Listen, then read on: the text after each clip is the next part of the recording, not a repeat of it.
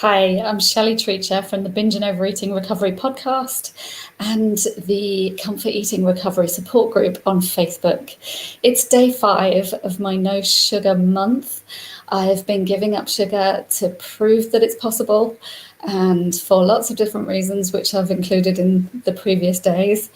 But mainly to give you some hints on how to do it, especially emotionally, how to deal with all the little things that are really common to come up when you try and give up a comfort food.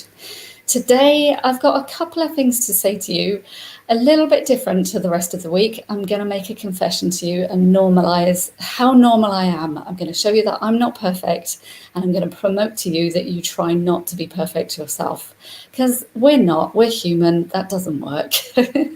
So today, Fridays are usually quite a busy day for me. I finish up with a lot of things that I've been trying to do for the rest of the week, and I'm often a little bit tired on a Friday, so I've named it Coffee Friday. So I often have a coffee on a Friday. I don't usually drink coffee the rest of the week. I've been wondering how I would do with this in this no sugar week, because in my back of my mind, I'm like, this is an addiction to a substance. Surely by me having that, then I'm promoting to you that it's okay to be addicted to a substance. But really, I think we have to be realistic. We're all addicted to lots of different substances. And I can confess that coffee gets me through the day on Friday. There's been times when I haven't had coffee, and sometimes I give up coffee and do the same thing as I'm giving up sugar with coffee. But I really do believe that making it as simple and pleasurable as possible for yourself leads to you wanting to not do these things. And so I really haven't wanted sugar again today, which is great.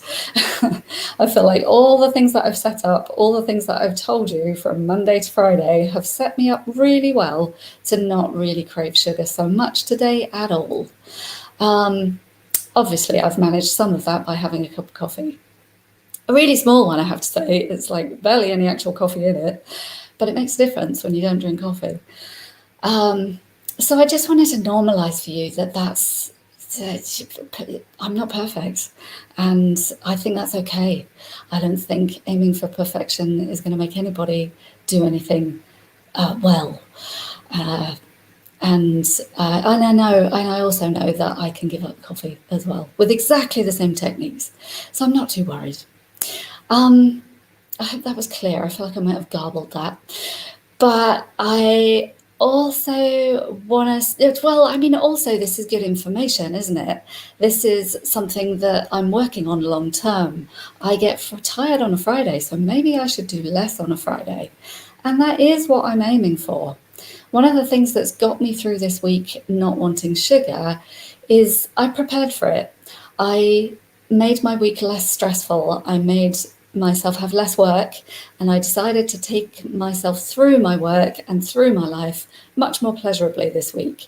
I really prepared for that, knowing that tiredness is one of the things that really trips me up in terms of needing comfort. And it's worked really well. I had actually a really stressful week last week, which is where I got all this information from, not this week, but the week before. And I just thought, wow, I really need to ease up on that to be able to not want any comfort from the sugar so much, to help myself with that. So I really made some changes this week. I've decided not to take any clients on in the evenings anymore. I'm just doing a couple of groups, and that's a nice decision for me. Not going to be a nice decision for some of my clients, but it's kind of what I have to do. And I decided that I need to do something sociable on Wednesday nights, because that's the night when I feel a little bit like work is taking over, especially now that we're all online. So I need to do something sociable on a Wednesday. And, funnily enough, I realised that I actually have quite a lot of people who have been asking me to go out on Wednesdays. And so now I'm going to say yes. It's funny how you can get locked in a system and habits where I've been thinking that there's nobody I can call on, but I didn't really think about it. I actually have a lot of people I can call on. So that's something nice for myself. I've also done loads of other little things that have just been great. It's been great to address it all this week. But Friday, there's something I can't shift yet. So I chose to get through it with coffee. And And I'm working on it, you know, it will change in time, I'm sure of that.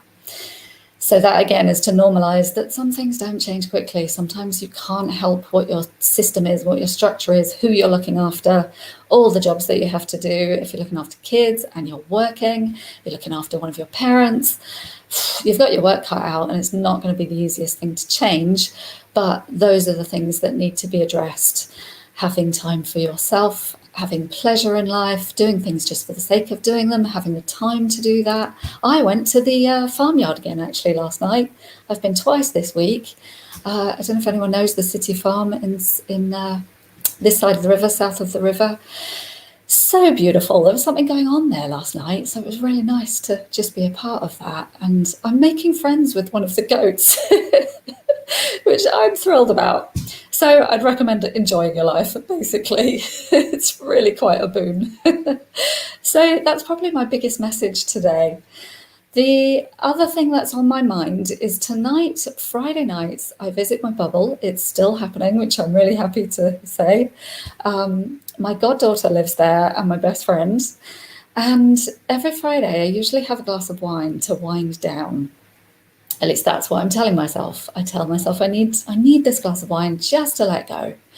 I'm not going to be having that glass of wine tonight. And what I'm going to be bearing in mind the most is that I really don't feel good about going slightly anaesthetized and absent when I see my goddaughter. She's only 10. She certainly isn't absent. She's very present.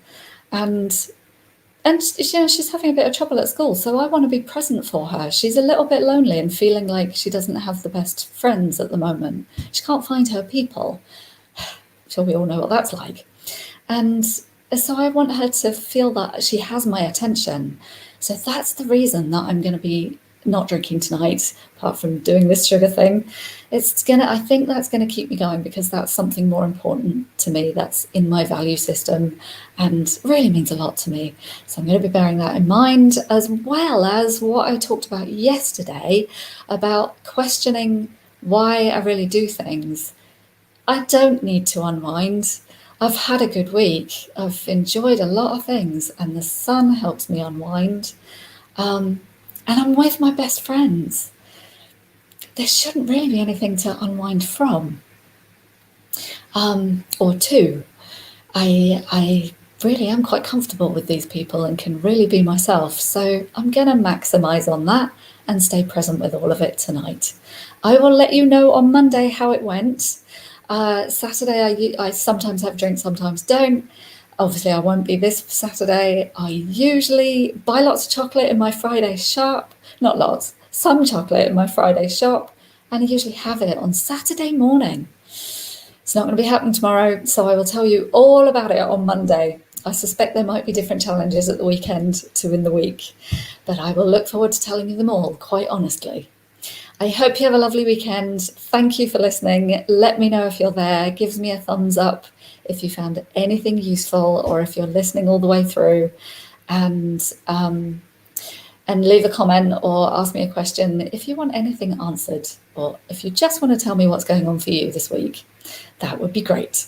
Thank you so much. I'll see you on Monday. Have a great weekend. Bye.